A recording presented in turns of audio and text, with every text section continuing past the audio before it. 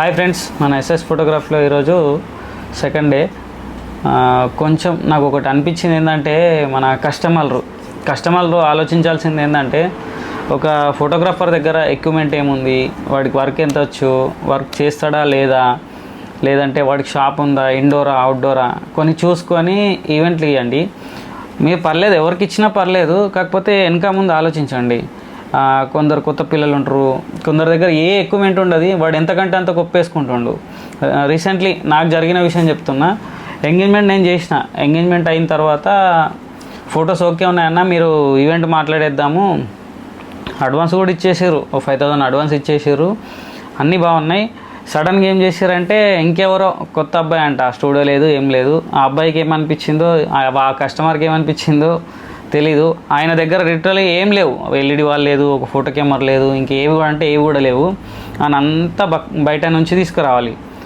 అట్లాంటి ఈవెంట్ ఇచ్చిర్రు, నాకు అర్థం కావట్లేదు. అంటే ప్రోగ్రామ్ అన్నీ మాట్లాడిన తర్వాత నువ్వు ఓకే అని చెప్పేసి, దాని తర్వాత ప్రోగ్రామ్ క్యాన్సల్ బ్రో అని చెప్పేసారు.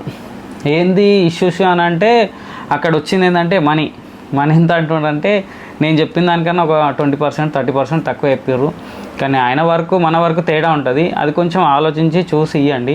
కస్టమర్లు ఒకటే అనుకుంటారు, డబ్బులు తక్కువ అవుతున్నాయి, మంచి ఉంటుంది, మంచి వచ్చేస్తాయి, డబ్బులు తక్కువలో అన్నీ చేసిస్తా అన్నారు అని అనుకుంటారు. నేనైనా నువ్వైనా అంటే, నేను చేస్తుండొచ్చు, తక్కువ చేయను అని అంటలేను, నేను పోయి తక్కువ చేస్తుండొచ్చు. కానీ నా దగ్గర ఉన్న ఎక్విప్మెంట్కి నేను తక్కువ కాదు కదా, మొత్తం తక్కువ చేసినా నాకేం ప్రాబ్లం లేదు. చిన్నపిల్లలు, కొత్తగా వచ్చే జనరేషన్ వాళ్ళు, ఇంకా కొందరు కాంపిటీషన్లో నా మీద నువ్వు, నీ మీద నేనని కాంపిటీషన్ బట్టి చేస్తున్నాం కదా, అందులో డబ్బు తక్కువ తీసుకొని ఇబ్బంది పడేది నువ్వే. కొంచెం ఆలోచించండి. ఏదో నాకు కాంపిటీషన్ వస్తున్నావు, నేను చెయ్యాలా, నువ్వు చేయాలా అని కాదు. మనకు వీలైనంత వరకు ఇప్పుడే సంపాదించుకోవాలి. ఇంకా కొన్నాళ్ళు అయితే వచ్చేసింది, ఏదో ఎక్కడోళ్ళు కొత్త ఫోటోగ్రాఫర్లు వచ్చేస్తుర్రు.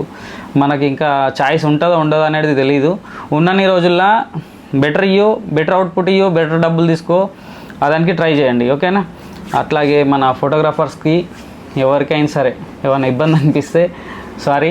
అట్లా మన ఎస్ఎస్ ఫోటోగ్రఫీని మంచి ఫాలో చేయండి, అందరు సపోర్ట్ చేయండి. Thank you so much. Bye.